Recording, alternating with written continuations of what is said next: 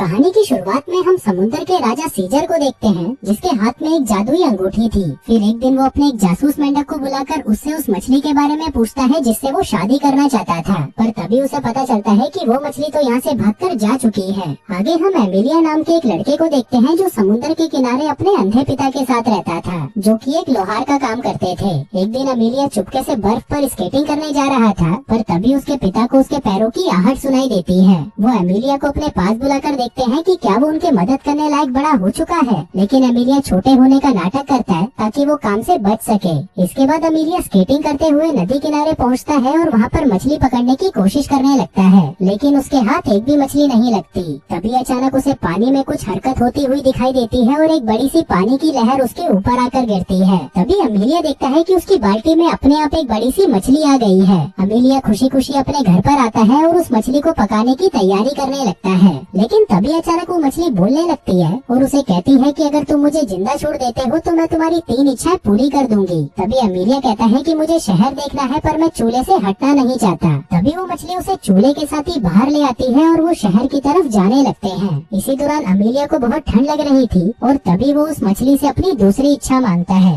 वो कहता है कि अभी के अभी गर्मियाँ शुरू हो जाएं। तभी हम देखते हैं कि हर जगह से बर्फ पिघलने लगती है और चारों तरफ हरियाली आ जाती है। वहीं बर्फ की सड़क भी पिघल जाती है और एमिलिया पानी में गिर जाता है। आगे एमिलिया वहाँ से बाहर निकलता है, पर तभी हम देखते हैं कि वो काफी मायूस था, क्योंकि उसने अपनी 2 इच्छाएं यूं ही खराब कर दी थी। इसी दौरान वहाँ पर कुछ डाकू आ जाते हैं, लेकिन जब उन्हें एमिलिया से कोई भी कीमती चीज नहीं मिलती तो वो उसकी मछली को ही उठाकर ले जाने लगते हैं। लेकिन एमिलिया मछली को खोना नहीं चाहता था, इसलिए वो उनसे बाल्टी छीनकर उस मछली को वापस नदी में फेंक देता है। लेकिन तभी वो डाकू उसे ऐसा करने की सजा देते हैं और उसे पेड़ से उल्टा लटका देते हैं। फिर थोड़ी देर बाद वो नदी के अंदर से एक लड़की को आते हुए देखता है, जो एमिलिया के पास आकर उसे आजाद कर देती है। एमिलिया भागकर उस मछली को देखने के लिए नदी के पास आता है, लेकिन उसे वो मछली कहीं नहीं दिखती। तभी वो लड़की उसे अपना नाम विसिलिसा बताती है। अब उसकी आवाज सुनते ही एमिलिया समझ जाता है कि ये वही मछली है। तभी वो विसिलिसा का स्कार्फ चुरा लेता है ताकि वो वहाँ से जा ना सके। तभी वो उससे अपनी तीसरी इच्छा मांगता है और कहता है कि मुझे रशिया के राजा जार की बेटी अनीसा से शादी करनी है। उधर शाही महल में हम राजकुमारी अनीसा को देखते हैं, जो इंग्लैंड के राजकुमार लॉर्ड रॉथमैन के साथ होती है। वहीं रॉथमैन उसे कई तरह के बेशकीमती तोहफे देकर इम्प्रेस करने की कोशिश कर रहा था। आगे वो राजकुमारी को एक ऐसा बाजा दिखाता है जिसे अंदर से तो एक बौना आदमी बजा रहा था, पर वहीं बाहर सबको लगता है कि ये अपने आप बजता है। उधर एमिलिया और विसिलिसा भी राजा के महल पहुंच जाते हैं और छुपकर उनकी बातें सुनने लगते हैं। वहीं राजा जार रॉथमैन से कह रहा था कि तुम्हारा ये बाजा तो कुछ भी नहीं, हमारे पास एक ऐसी बिल्ली है जिसका गाना सुनकर लोग अपने आप ही नाचने लगते हैं। अब ये सुनकर रॉथमैन कहता है फिर तो मैं भी ऐसी बिल्ली देखना चाहूँगा। तभी अचानक एमिलिया वहाँ पर आ जाता है और कहता है कि मैं इस बिल्ली को ढूंढकर ला सकता हूँ, लेकिन बदले में राजकुमारी अनीसा को मुझसे शादी करनी होगी। अभी सुनकर राजकुमारी कहती है कि तुम सभी लोग मेरे ही पीछे क्यों पड़े हो। पर एमिलिया की बहादुरी देखकर राजा बहुत खुश होता है और उसकी ये शर्त मान लेता है। आगे एमिलिया उस बिल्ली की खोज में निकल पड़ता है, पर तभी विसिलिसा उसे समझाती है कि उस बिल्ली को पकड़ पाना बहुत मुश्किल है, क्योंकि जब भी तुम उस बिल्ली के पास जाओगे वो तुमसे तुम्हारे गाने की चॉइस पूछेगी। अगर तुम दुख भरा गाना चुनते हो तो वो बिल्ली तुम्हें ऐसा दुख भरा गाना सुनाएगी कि तुम रो रो कर मर जाओगे, लेकिन अगर तुम खुशी वाला गाना चुनोगे तो उस बिल्ली का गाना सुनकर तुम नाचने लग जाओगे और तुम तब तक नाचोगे जब तक तुम्हारी मौत ना हो जाए। लेकिन एमिलिया को इससे कोई फर्क नहीं पड़ता और वो विसिलिसा के साथ उस बिल्ली को ढूंढने के लिए जंगल में पहुंच जाता है, जिसके बाद वो दोनों काफी मुश्किल रास्तों को पार करते हुए उस बिल्ली तक भी पहुंच जाते हैं। तभी वो बिल्ली उसे गाना चुनने को कहती है, जिस पर एमिलिया दुख भरा गाना चुनता है। फिर जब वो बिल्ली गाना गाने लगती है तो एमिलिया भी उसके साथ गाने लगता है, क्योंकि ये वही गाना था जो बचपन में उसकी माँ उसे सुनाती थी। लेकिन जब वो बिल्ली देखती है कि उसके गाने से इसको कोई फर्क नहीं पड़ रहा तो वो खुद ही रोने लग जाती है, जिसके बाद वो एमिलिया के साथ चलने के लिए तैयार हो जाती है। उधर दूसरी तरफ विसिलिसा को सीजर का जासूस मेंढक मिलता है, जो उसे बताता है कि शादी की सारी तैयारियां हो चुकी हैं। वहीं ये सारी बातें एमिलिया भी सुन रहा था, लेकिन उसे कुछ भी समझ नहीं आता। तभी विसिलिसा उसे बताती है कि एक बार सीजर ने उसे एक शिकारी के जाल से बचाया था, इसलिए विसिलिसा पर सीजर का एहसान है और इसके बदले में सीजर उससे शादी करना चाहता है। आगे वो दोनों वापस महल पहुंच जाते हैं, जहां रॉथमैन अनीसा से शादी का हाथ मांग रहा था, पर तभी एमिलिया बिल्ली के साथ वहां पर आ जाता है। फिर जल्दी ही बिल्ली गाना गाना शुरू कर देती है और वहाँ मौजूद सभी लोग नाचने लगते हैं। पर तभी राजा उससे परेशान हो जाता है और उस बिल्ली को वहाँ से ले जाने का हुक्म देता है। वो एमिलिया की बहादुरी देखकर बहुत प्रभावित था, लेकिन वही राजकुमारी एमिलिया जैसे किसी आम इंसान से शादी नहीं करना चाहती थी, इसलिए वो एमिलिया को कहती है कि अगर तुम्हें मुझसे शादी करनी है तो तुम्हें मेरा एक और काम काम करना होगा। उसी रात राजकुमारी अपनी माँ जरीना की आत्मा से मिलती है, जहाँ जरीना उसे अमेलिया के लिए एक बहुत ही खतरनाक काम बताती है। फिर अगली सुबह हम लॉर्ड रॉथमैन को देखते हैं, जो अपने एक अनोखे जूसर से महाराज को खुश करने की कोशिश कर रहा था। दरअसल उसके अंदर भी एक बौना आदमी था, जो फलों और सब्जियों का जूस बनाकर बाहर निकालता था। इसी दौरान अनीसा वहाँ पर आती है और कहती है कि मुझे एक ऐसा जादुई कपड़ा चाहिए जिसको टेबल पर रखते ही उसमें अपने आप खाने की चीजें आ जाती हैं। जिसके बाद राजा अमेलिया को वहाँ पर बुलाता है और उसे कपड़ा ढूंढने का काम दे देता है। जिसके बाद अमेलिया और विसिलिसा उस कपड़े की तलाश में निकल पड़ते हैं। तभी रास्ते में विसिलिसा उसे बताती है कि ये कपड़ा दो भाइयों के पास है, जिनसे ये छीन पाना लगभग नामुमकिन है। आगे ये दोनों एक झोपड़ी में रुकते हैं, जहाँ पर एक बूढ़ा आदमी उन दोनों को कुछ खाना देते हुए कहता है कि इस बार की फसल अच्छी नहीं हुई, इसलिए मैं आपको खाने में ज्यादा कुछ नहीं दे सकता।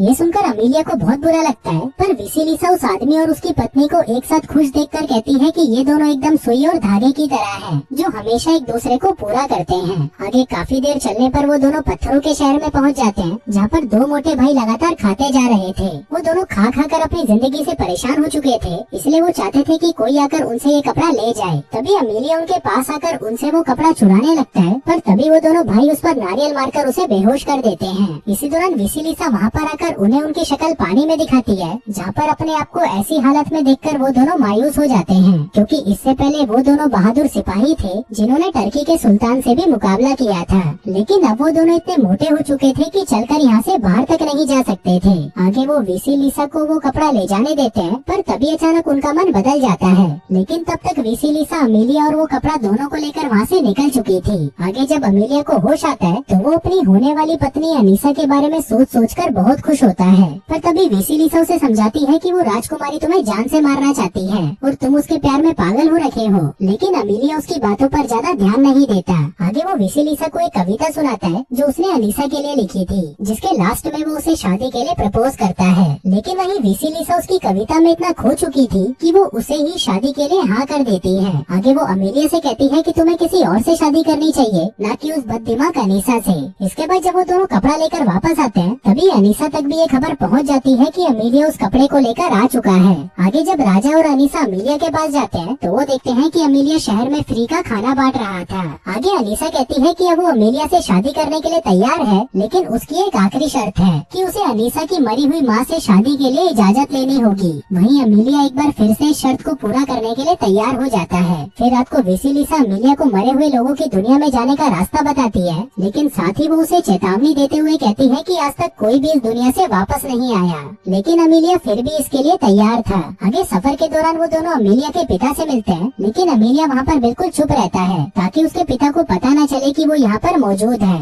आगे बातों के दौरान अमेलिया के पिता विसिलिसा के सामने अमेलिया की तारीफ करते हैं, लेकिन फिर उन्हें एहसास हो जाता है कि अमेलिया भी यहीं पर है और वो उसे आवाज लगाते हैं। आगे अमेलिया अपनी हरकतों के लिए अपने पिता से माफी मांगता है, जिसके बाद वो विसिलिसा से अपनी आखिरी इच्छा मांगता है। वो कहता है कि उसके पिता की आंखों की रोशनी वापस आ जाए और विसिलिसा उसकी ये इच्छा पूरी कर देती है। आगे जब वो दोनों नदी के किनारे पहुँचते हैं, तभी अमेलिया विसिलिसा को उसका साथ देने के लिए थैंक यू कहता है और उसे उसका स्कार्फ लौटा देता है ताकि वो यहाँ से वापस जा सके। लेकिन विसिलिसा फिर भी उसके साथ जाने के लिए तैयार हो जाती है। आगे जल्दी ही वो दोनों मुर्दों की दुनिया में पहुँच जाते हैं, जिस दौरान वो उस दुनिया के राजा खोसाए से मिलते हैं। यहाँ पर हमें पता चलता है कि विसिलिसा खोसाए की बेटी है। आगे खोसाए बताता है कि विसिलिसा ने एक बहुत बड़ी गलती कर दी थी, जिस वजह से उसने उसे मछली बना दिया। आगे विसिलिसा खोसाए को जरीना की आत्मा बुलाने के लिए कहती है। फिर जरीना की आत्मा वहाँ पर आती है और वो बताती है कि उसे भूखे रहने की सजा मिली थी, जिस वजह से उसकी मौत हो गई। तभी अमेलिया कहता है कि मैं आपकी बेटी से शादी करना चाहता हूँ, पर जरीना उसे साफ मना कर देती है। तभी खोसाए को लगता है कि अमेलिया ने मेरी बेटी की मदद की, तो मुझे भी अमेलिया की मदद करनी चाहिए। इसलिए वो जरीना को खाना देकर उसे उसका श्राप तोड़ने के लिए कहता है। अब उस खाने को देखकर जरीना भी अमेलिया को शादी के लिए हाँ कर देती है। वहीं जब राजा जार ये सब देखता है तो वो बहुत ज्यादा खुश होता है। उधर विसिलिसा अपने पिता को अलविदा कहती है, जहाँ उसके पिता बताते हैं कि यहाँ से निकलते ही अमेलिया ने जो कुछ भी देखा है वो सब कुछ वो भूल जाएगा।